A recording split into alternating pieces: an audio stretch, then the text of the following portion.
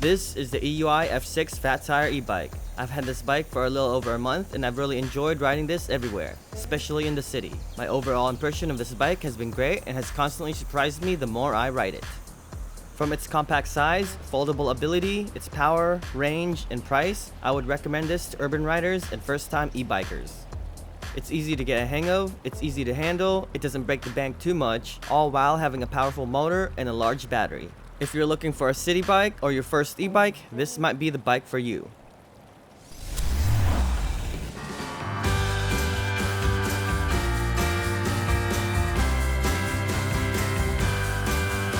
I've never heard of this company before, so I didn't really have any expectations, but looking through the specs of the bike, I was interested in seeing how it fared.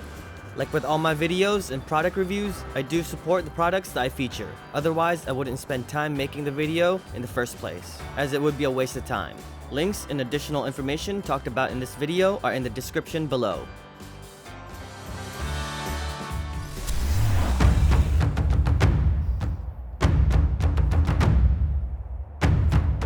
This bike currently costs $1,100 and it comes with a rear rack. The bike is foldable for compact storage and transport. The F6 has a 48-volt, 18-amp-hour battery by Zhangqiang. I've never heard of this battery manufacturer before and would usually recommend getting a bike with a battery made by a well-established company. However, this battery has been holding up very well for the past month. It comes with a 48-watt, 2-amp charger. It takes about 6 to 7 hours to fully charge the battery from 10%. To remove the battery, press the tab underneath the seat and flip it. Unlock the battery and slide it out. The battery's longevity will only be known in due time. With that said, it comes with a 1-year all-inclusive manufacturer warranty. It's rated with a range of 38 to 40 miles on throttle and 58 to 68 miles on pedal assist. The F6 comes equipped with a 750-watt rear hub motor by Xiongda. You engage power either by the half-twist throttle or with pedal assist. There are 5 power levels and each one has a different top speed, regardless whether you're using throttle or pedal. The LCD display is black and white by Roche. To turn the bike on and off, press and hold the M button for 3 seconds. It displays your speedometer, battery level, pass level, odometer, trip, volts, time, and among other things. You can cycle through them by pressing the M button. The bike also comes equipped with a headlight and a rear light with a brake light function. The lights are by SZFJ. To turn the lights on, press and hold the up arrow button for 3 seconds. On the back of the headlight is a bike horn, which you can trigger by pushing the button located on the right handlebar. This isn't your ordinary bike bell. It's an electric horn that is quite loud. It's great for getting cars and other bikes' attention on the road, but maybe too much on the trail or pathways. I wish more e-bikes came with both a horn and a bell.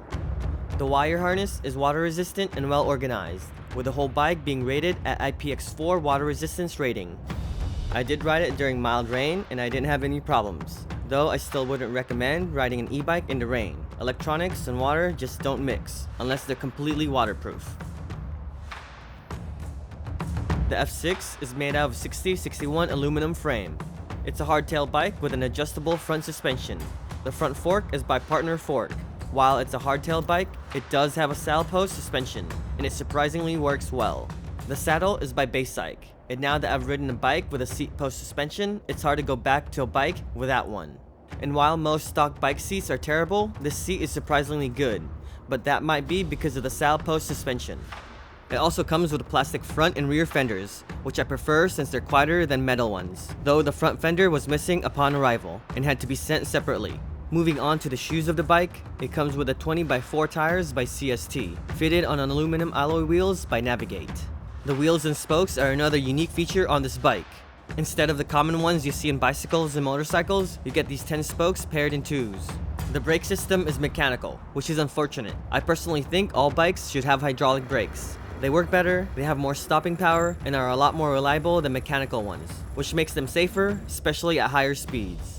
The disc brakes are by Nantong Repute. The bike comes with a 7-speed Shimano tourney derailleur with an index thumb shifter.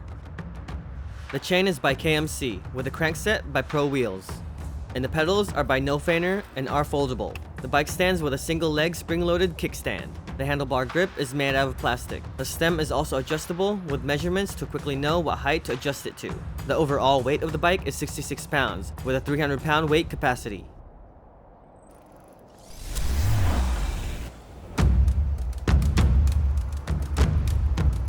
While I've been enjoying this bike, like most things in life, it's not perfect, and it has some downsides. The first and foremost issue I have with this bike is the mechanical brakes, specifically the front ones. They barely have any stopping power. Not to mention, they're also squeaky.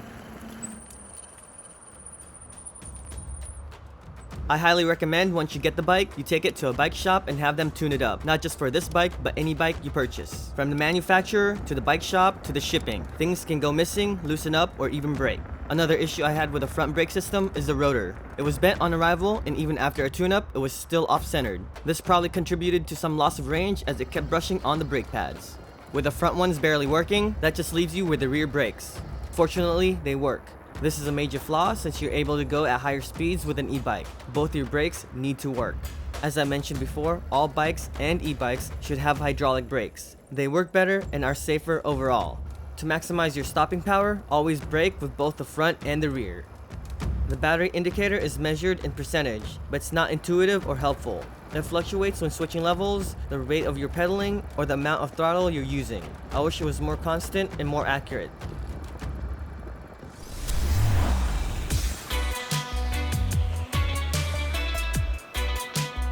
The top speed I got was 29.5 miles an hour at level 5. The following are the top speed I was able to achieve for each level. I was able to climb up hills but did experience some power slowdowns on some inclines. However, the bike always powered through it.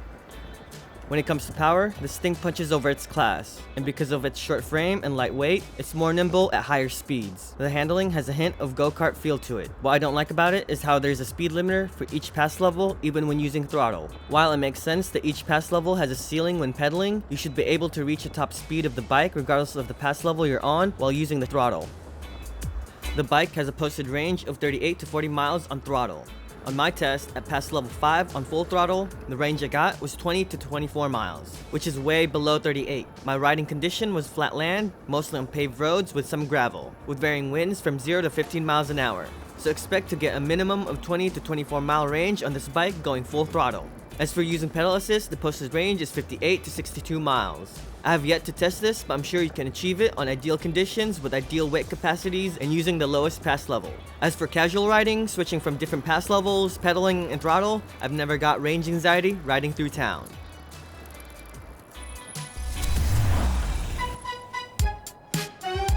The bike comes 85% assembled. Everything is straightforward except when it comes to installing the front wheel. The instructions are vague and it took me quite some time to figure it out. The wheel is supposed to sit off-centered between the fork, with a larger gap on the right side of the axle. This needs to be mentioned in the instructions and include photos of how it's supposed to look like once fully installed. For first-time riders or even regular riders who don't work on bikes that much, this will be confusing at first and wonder if they installed the wheels correctly. This is how the order of the washers and bolts should be installed. On the outer right side of the fork should be the nut, washer, and hook washer. In the inner fork should be the washer and the long spacer, then the wheel. On the outer left side, which has the brake rotors, should be the nut, washer, and hook washer. In the inner side of the fork should be the washer and the shorter spacer, then the wheel. After you've tightened both sides, you place the end caps. I have a hitch and a bike rack, but don't have them yet installed. Because of this, I haven't been able to take any bikes with me on trips. With the F6 and its foldable ability, I'm able to take it with me on trails further from my home or base camp. Before putting the bike inside my car, I do have to remove the dog basket and loosen the side mirrors. You also want to collapse the handlebar stem. To fold the bike, first locate the joint on the main frame. Push the small tab and pull on the latch and fold. Then locate the other latch on the neck and do the same thing.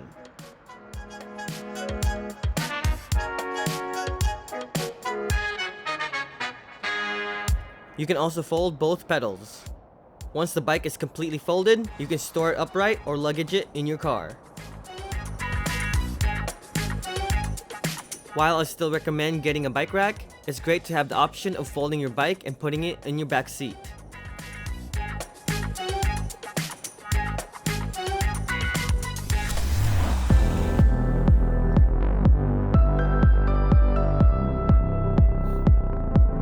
I just have a few accessories for this bike, links in the description, and those are side mirrors, a cup holder, and a dog basket.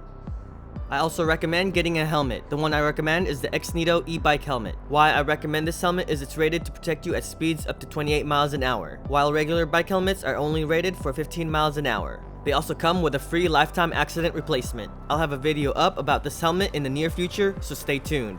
But if you're interested in getting this helmet, use the code HINTENT at xnito.com/HINTENT for a 10% discount. I'll have the discount code and their website in the description below.